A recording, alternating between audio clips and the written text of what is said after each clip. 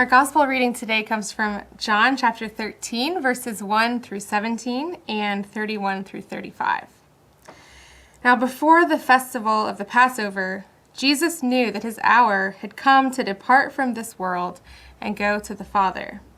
Having loved his own who were in the world, he loved them to the end. The devil had already put it into the heart of Judas, son of Simon Iscariot, to betray him. And during supper, Jesus, knowing that the Father had given all things into his hands, and that he had come from God and was going to God, got up from the table, took off his outer robe, and tied a towel around himself. Then he poured water into a basin, and he began to wash the disciples' feet, and to wipe them with the towel that was tied around him. He came to Simon Peter, who said to him, "Lord, are you going to wash my feet?" Jesus answered, "You do not know now what I am doing, but later you will understand." Peter said to him, "You will never wash my feet."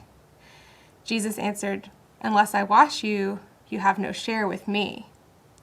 Simon Peter said to him, "Lord, not my feet only, but also my hands and my head." Jesus said to him, "One who is bathed does not need to wash except for the feet, but is entirely clean.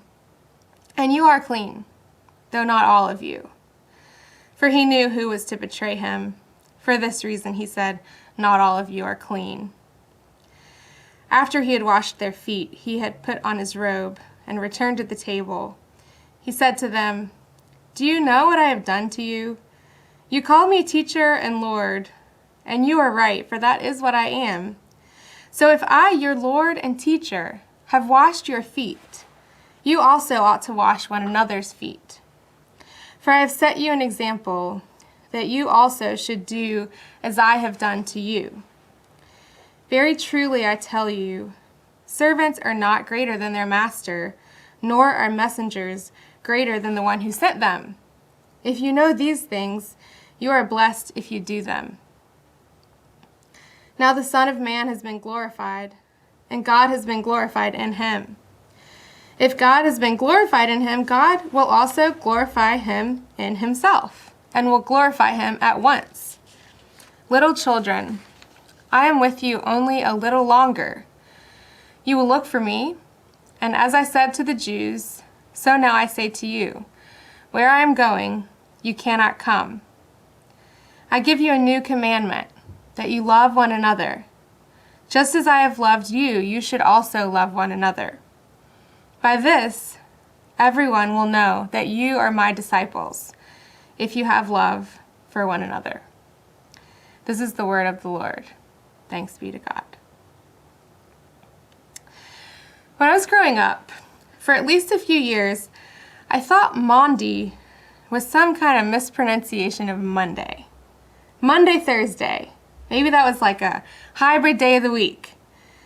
I guess I grew up among such strong accents that I was used to trying to decode things in that way. And since I never heard the word in any other context, it didn't occur to me that it meant something else. More recently, like yesterday, I had figured out that it doesn't have to do with Monday, but I did realize that I had no idea what Maundy does mean. So I looked it up.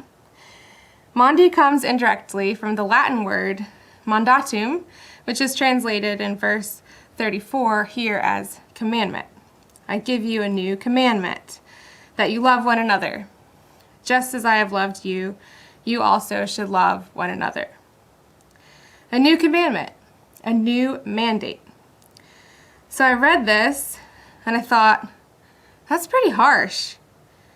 The same research showed that Maundy Thursday is also known as Holy Thursday, Covenant Thursday, Great and Holy Thursday, Sheer Thursday, and Thursday of Mysteries. And I think any one of those would be nicer sounding than Mandate Thursday. But what is the mandate? Some traditions interpret it to mean that we're supposed to wash each other's feet. Some traditions consider it a sacrament, and others take it pretty seriously as a ritual or ordinance of the church, but not quite as serious as a sacrament. In the Presbyterian tradition, as you might know, we think foot washing is okay and it's a good thing to do, but we don't require it. And there are plenty of Presbyterians who have never had their feet washed in worship, I'm guessing. So, are we following the commandment laid out here? Is there another way to read this passage? I think there is. Jesus does not say, "This is my commandment, that you wash each other's feet." He says, "This is my commandment, that you love one another." And not only is it a commandment, it is the way that we are distinguishable from the people around us who are not Jesus' followers. By this, he says, everyone will know that you are my disciples, if you have love for one another. That is our mark, it is our name badge, and it is the way that we identify ourselves to the world around us. Love, love, love. Whew. So, we can get out of the requirement to wash each other's feet regularly, and that is a relief. But loving each other, that's actually a lot harder, partly because it's a lot broader, and it's not really something that you can check off a list. And I'm not saying that the Christians who do regularly practice foot washing are ignoring the mandate to love, or that we have to choose between these options. That is not the case at all. But there are times I do prefer the idea that Christ calls us to do a certain list of things, and then we're good, we're all done, we're all set with Christ. But I have never experienced love that fit on a checklist like that. The love that we see illustrated in this passage and throughout the Bible, that's a love that requires constant attention to other people's state of mind and heart, to their needs and desires, to what they are saying, and sometimes what they are not saying. And while it doesn't require us to wash feet, it does require the same willingness to do things that put us literally and figuratively below others, things that are way beneath our dignity. Parenthood is a pretty great way to show this. There are countless times when a parent, who is after all the bigger, smarter, older, and more powerful one in the relationship, does an act of humble service for a child who is weaker and smaller, someone whose only claim on the parent is love.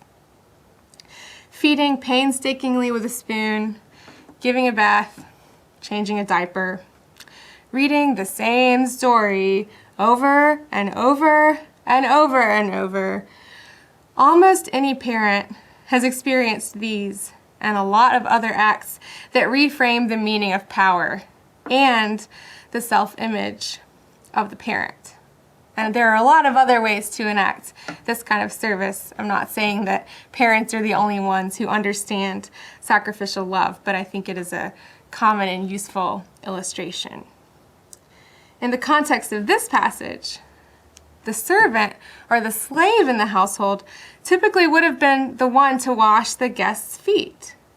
So for Jesus, who is the master, the teacher, the leader, the one in charge, to do it instead, that really spoke volumes about how he saw the relationships in that room and how he saw himself. For us, this is probably not a brand new idea. After all, many of us have heard this same story every Maundy Thursday for many years. And we've lived with Jesus, the servant leader, as an example that we are supposed to follow. But think back to Jesus. He didn't really have anyone who had gone before him in that way. He didn't really have any examples to follow of this radically re-envisioned relationship to other people.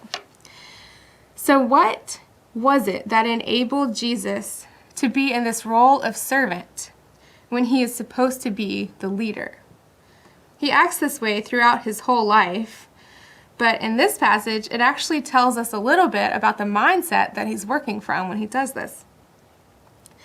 It says, Jesus, knowing that the Father had given all things into his hands, and that he had come from God and was going to God, tied a towel around himself. So, he knows that God gives us everything, and he knows that he comes from God and that he is going to God. It can feel sometimes like a lot of things set us apart from Jesus and that come between him and us, but these things here are things that apply to people as well. We can know exactly the same thing that he knows in this passage.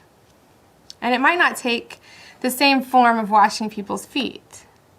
But if we have that mindset, if we remember that God is the giver of everything we have, and that we came from God, and we are going back to God, then whatever acts arise from that mindset are probably going to be acts of service, and acts of humility, and acts of vulnerability, acts that are way beneath our dignity, acts of intimacy that show how we care for people inside and outside of our Christian fellowship, our family, and our circle of friends.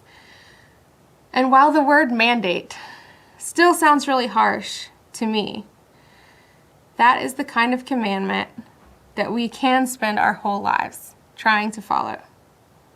Amen and amen.